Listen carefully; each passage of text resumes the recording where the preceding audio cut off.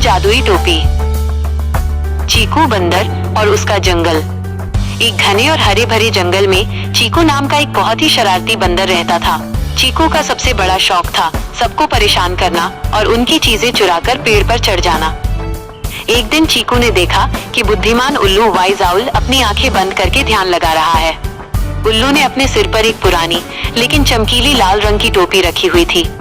चीकू के मन में फिर शरारत आई। उसने दबे पांव छलांग लगाई और झट से टोपी लेकर एक ऊंचे पेड़ की डाल पर जा बैठा। हा हा हा, चीकू हंसा। अब देखते हैं उल्लू जी अपनी पढ़ाई कैसे करते हैं। टोपी का जादू। पर जैसे ही चीकू ने वो टोपी अपने सिर पर पहनी, एक अजीब सा जादू हुआ। अचानक से चीकू को जंगल के सारे जानवरों की आवाजें सुनाई देने लगी।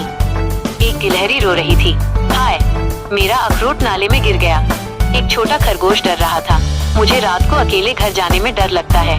एक चींटी फुसफुसा रही थी, हमारा सारा खाना बारिश से गीला हो गया है।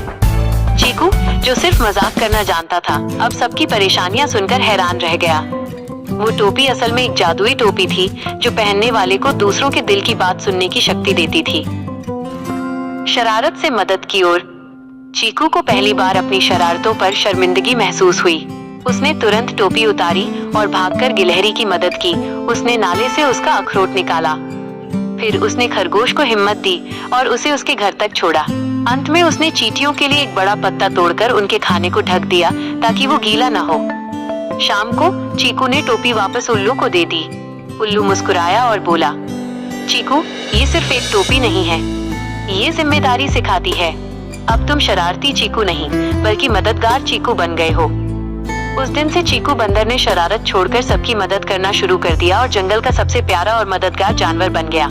कहानी से मिली सीख, मॉरल, हमें अपनी शक्तियों का इस्तेमाल दूसरों को परेशान करने में नहीं बल्कि उनकी मदद करने में करना चाहिए।